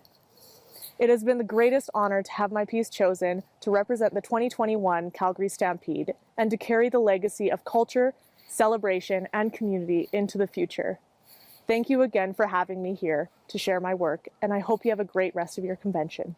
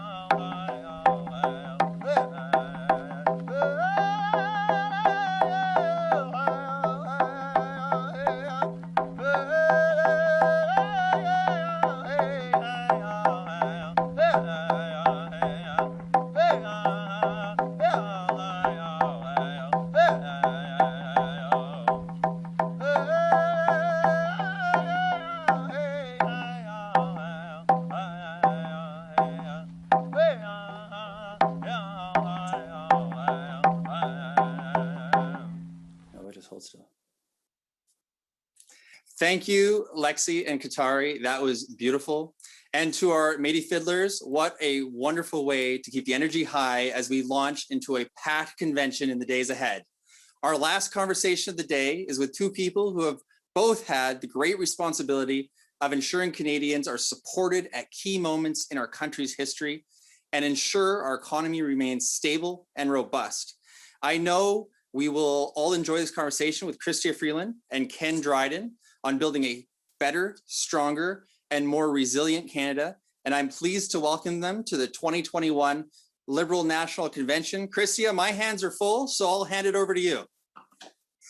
Okay, well, it is wonderful to see you, Terry, and wonderful to see your beautiful girls. Hi. Je veux commencer en vraiment appuyer mon cher collègue Stephen Guilbeault pour son excellent discours. Et je veux vraiment souligner à quel niveau je suis d'accord avec lui que c'est le moment pour vraiment avoir du justice dans notre travail avec les géants du technologie. Et je suis complètement d'accord avec lui que le moment est arrivé. Dans l'énoncé économique de l'automne, on a dit que le Canada va lever un impôt sur les services digitaux au début de 2022. En manière unilatérale, si ce sera nécessaire. Mais je suis aussi d'accord avec Stephen que j'ai beaucoup d'optimisme sur la possibilité de faire ça en manière multilatérale. Cette semaine, j'ai eu une excellente réunion bilatérale avec la secrétaire Janet Yellen et on a discuté ce sujet et aussi on a eu des bonnes conversations sur ça au niveau de G7 et G20. Alors, Stephen, on va faire ça. On va faire ça dans une manière collaborative avec nos alliés autour du monde et je t'appuie fortement. OK. great to be here tonight. Hi everyone, bonjour à tous et à toutes. Je suis très ravie d'être parmi vous ce soir.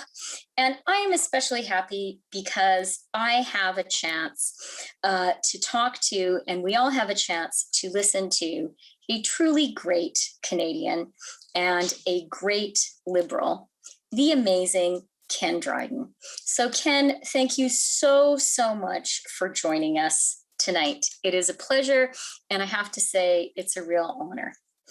I want to start, Ken, by asking you how you tackled the huge challenge which another great Canadian Liberal, the amazing Paul Martin, handed to you after the 2004 election.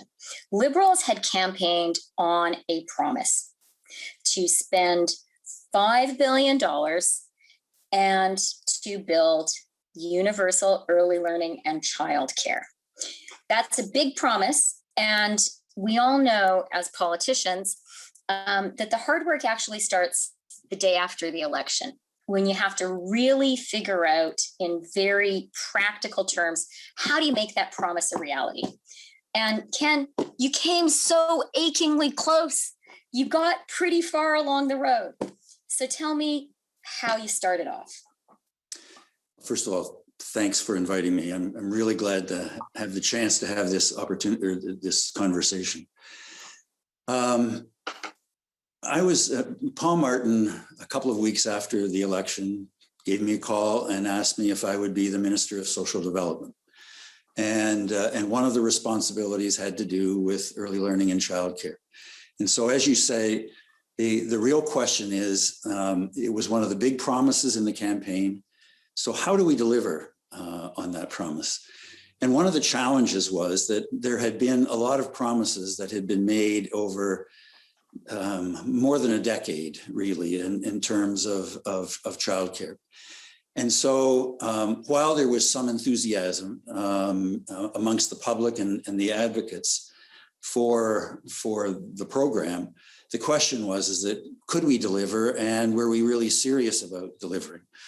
And the first thing we had to do is to try to persuade people that, no, actually we are serious, that this was a promise that was made in a campaign, and it's time. It's time to deliver on it. And the first really big question, I think, was that, as you mentioned, the promise was really in two parts. It was $5 billion over 5 years, and then it was to create a system of early learning and childcare across the country.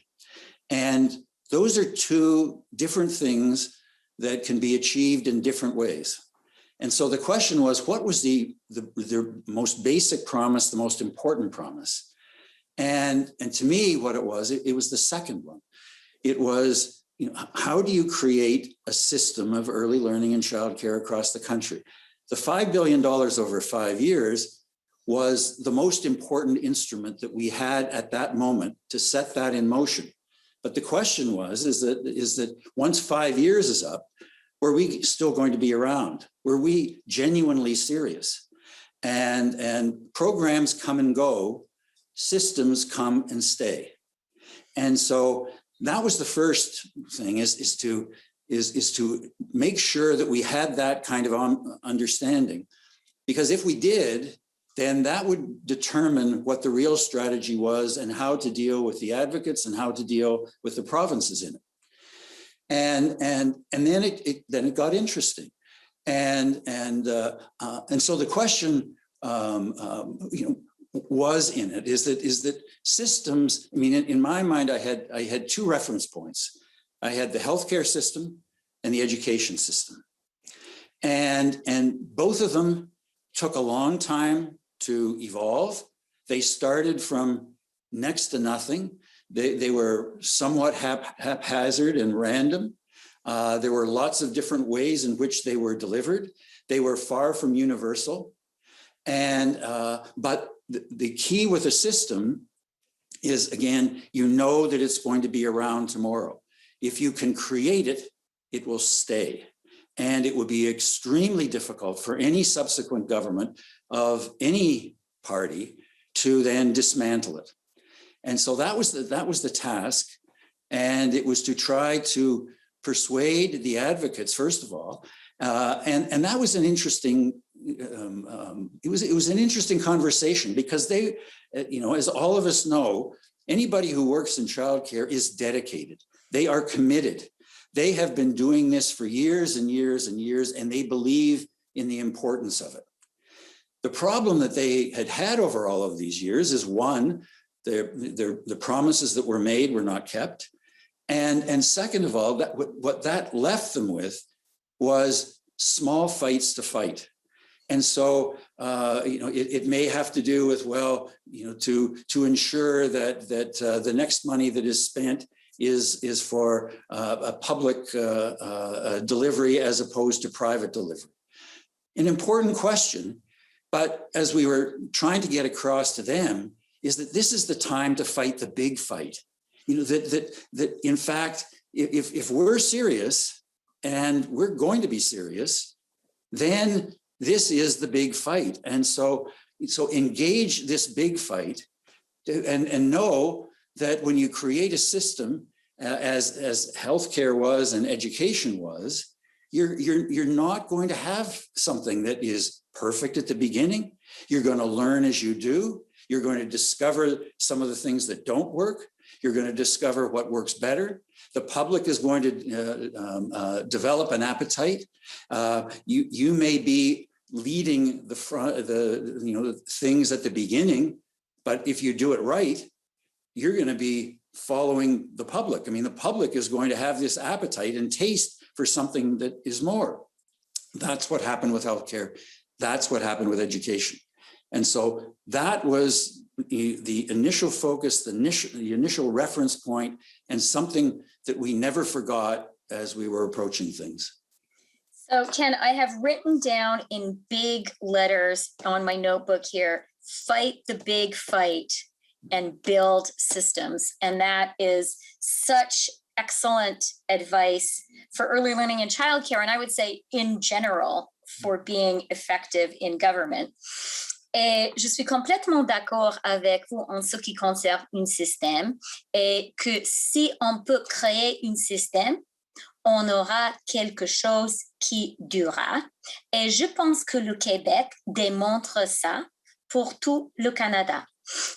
Et nous devons maintenant, en ce qui concerne les garderies, nous ne devons pas maintenant regarder les exemples des autres pays. Nous avons l'excellent exemple du Québec qui a fait ça et qui a déjà les résultats excellents au niveau économique, au niveau social et, comme vous avez dit, au niveau d'appui social pour ce système. Alors, un excellent conseil. And listening to you, Ken, it reminds me of so many conversations I've had with my excellent colleague, Ahmed Hussein, precisely around this issue of building a system that lasts. And I love the parallels with healthcare and public education. But, I'm a politician. You've been a politician. And there can be this anxiety in politics that if you don't deliver immediately, if you don't show results tomorrow, it will be hard to maintain the support of Canadians. It will be hard to keep them patient and with you. How do you think we should approach that challenge with early learning and childcare? The trade-off between delivering tomorrow and building a system, because building a system, Ken, it takes time, right? Well, I think that's entirely correct. And I think that we go back again to the examples of the education system and the healthcare system. If those arguments were front and center 100 years ago, 150 years ago, however long it was ago, that serious discussions and considerations were there in terms of education and of healthcare, then people at that time would have said, well, why begin? Like, what's the impact going to be? It's going to take so long to do it that we don't know what the result is going to be, and that kind of thinking would have, if that had predominated, we would have no education system. We would have no healthcare system. I think all of us, all that we can do is say to ourselves, what are those things that might have real impact? And using the example that you were saying, and of what are we going to see tomorrow? I think that that we have that in our minds, but there's another part of us as well, that sometime it will be 10 years from when we were members of parliament or members of cabinet. And it might be 20 years. And it will be looking back and saying, what did we do? What would we do? What did we do during that time? We did a whole lot of things that delivered something that was a little bit more interesting tomorrow and the day after tomorrow.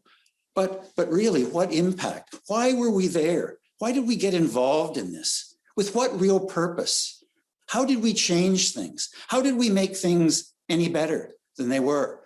I mean, the first question, which seems like the hardest one, of how can you see the impact tomorrow? That's nothing like the question that all of us are going to be faced with, by ourselves, let alone by others, 5 years, 10 years, 15 years from now. What do we get into this for? I mean, to just kind of manage our way. Things are basically okay, and we do. No, I mean, it's too clear now in terms of the importance of education and learning in our lives and in our children's lives.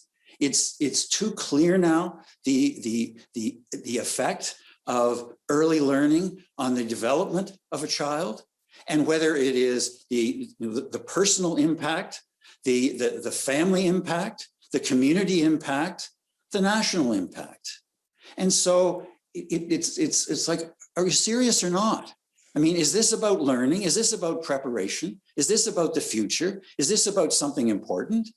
Or is this just stuff? Fight the big fights, Ken. And, listening to you talk about the need to build for the future and be confident we can do that, it reminds me of so many conversations with our Prime Minister, with Prime Minister Trudeau, and of the advice, I would even say the instruction he gives to his cabinet, to his caucus. He is always telling us, we are here to make a difference. And he says something else, which is very related to what you've just said, Ken, which is trust Canadians. Canadians are smart. And by the way, just as a little footnote, we actually are smart. Did you know that Canada has the best educated people in the OECD? So it's not just bragging. But, the Prime Minister has this great belief, trust Canadians, they're smart. If you're doing the right thing, they will support you. And I really believe that as politicians, as Liberals, as leaders, we have to trust Canadians that if we can lay out a vision to be transformative in positive ways, to build systems that will make Canada better, yes, today, but also 10 and 20 years from now, Canadians will support that. Canadians get that a transformative system is not built overnight. So I love your conviction that we can do it, and I share that so much. Well, and as well as that, and it's along the same lines, is that, and it was one of the things that we faced in it, was that because the promises had been broken, because there wasn't a trust that they had, that others had in us, that what it meant was that that so long as the sun was shining, and the advocates felt as if you had to make every decision for the future right at that moment, because the next moment couldn't be trusted. And the moment after that couldn't be trusted. And it was as if everything had to be carved in stone. And as I would say back to people, is that no, I mean, what that suggests is that we are the smartest people in the history of the world, and we are the smartest people that will ever be in terms of the history of the world, that we have all of the answers right now. And what I would say back is that people a year from now will be smarter than us because they will have 1 year's experience and learning on us. And 5 years and 10 years and 15 years from now, they'll be 15 years smarter. And so again, you set it in motion. You set it in motion as best you can. You do it as well as you can with the biggest possible impact. And then it starts to roll. The appetite for it starts to present itself. People want more rather than questioning more and advocating less. No, this is and of course this to me is the absolute opportunity for it, because I mean, if we've learned a lot of lessons in the last year, but one of the lessons we've learned is how important our teachers are, our school system is, our childcare providers are, the childcare is. All of a sudden we have our kids at home a whole lot more, and we've got to try to find a way of helping them develop in this way. And we know much better now than we did a year ago how difficult that is. And I think that there's that much more of a respect than had been the case. And also a far better understanding of how a school system and a childcare system is really central to the way in which we live. I mean, the debate is over. I mean, it is part of our life. It is how we live now. It is how we are going to live tomorrow. It is how we prepare and develop our kids. It's there. It's present. And for heaven's sakes, all that it requires is for any of us to just reflect the experience that we've had in this last year, and to know how important this is. And not just, again, for the preparation of our kids, but the custodial care of it, the possibilities that it offers in terms of the parents being able to do things with do their work with a free and open mind and the way in which they need to do it.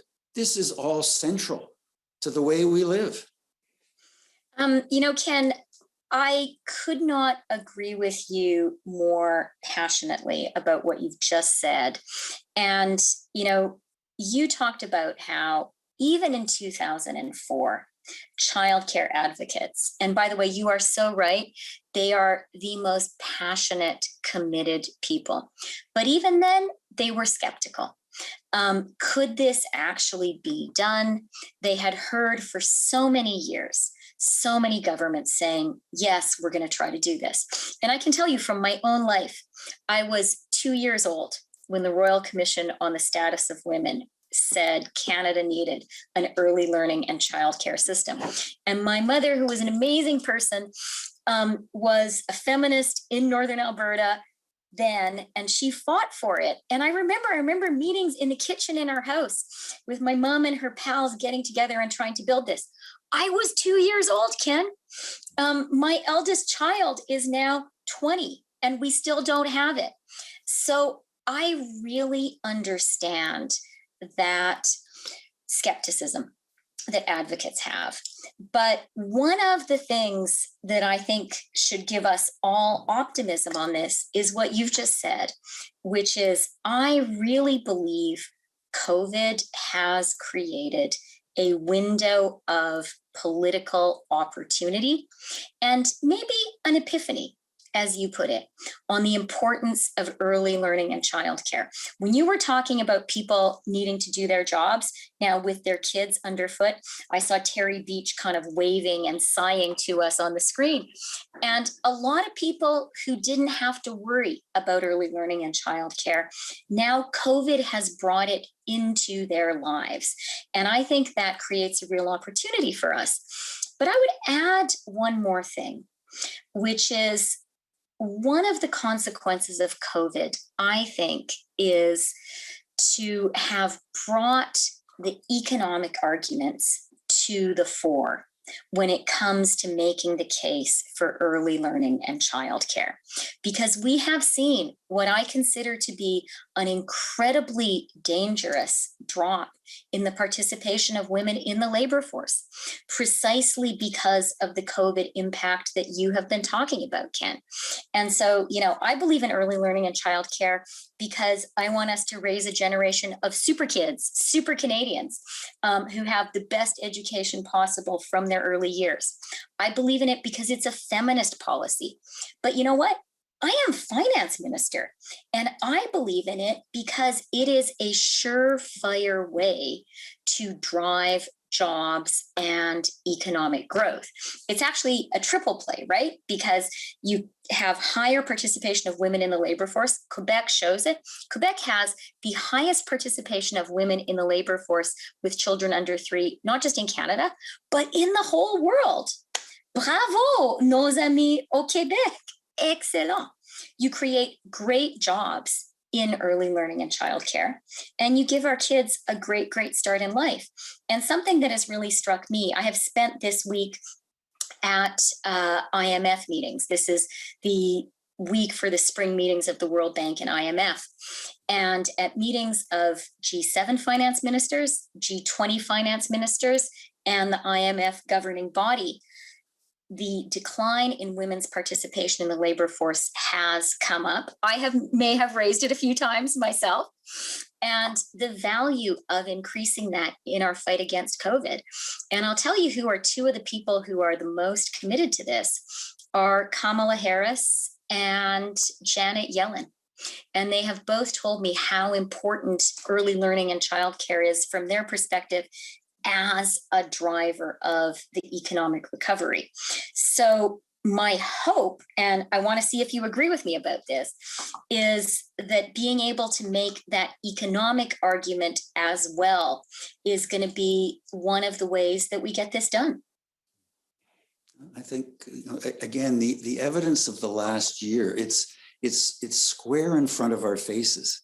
If it is there to be seen and not to be dismissed or denied, or it's there. I mean, my approach was always in terms of sort of the individual development, and I always thought that that what is it that we can actually leave to our kids? I mean, we can, if we do well enough, we can leave a little bit of a nest egg here. We can, raise them in a certain way, and maybe that they will learn certain values.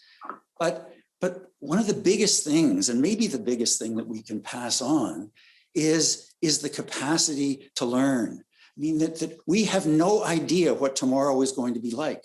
We have to find a way of having the capacity to cope with tomorrow. And whether it is coping with tomorrow socially or politically or economically.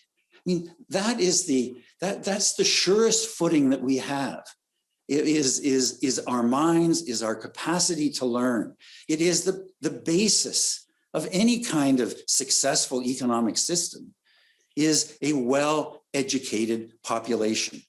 And what is the understanding of the best kind of education available that at any particular point? 150 years ago, it was elementary school and maybe a little bit of high school. And then it was high school.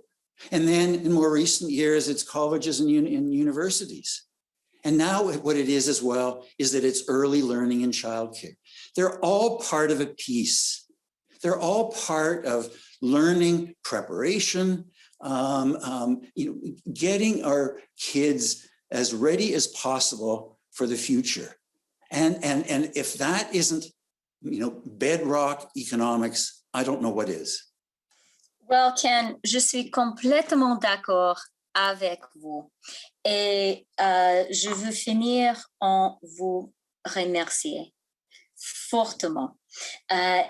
Vraiment, je veux vous remercier pour la conversation, mais surtout pour le travail historique que vous avez fait avec notre ami Paul Merton en 2004. Et vraiment, vous avez commencé le grand travail de créer, comme vous avez dit, un système des garderies, un système d'enseignement pour les plus jeunes Canadiens.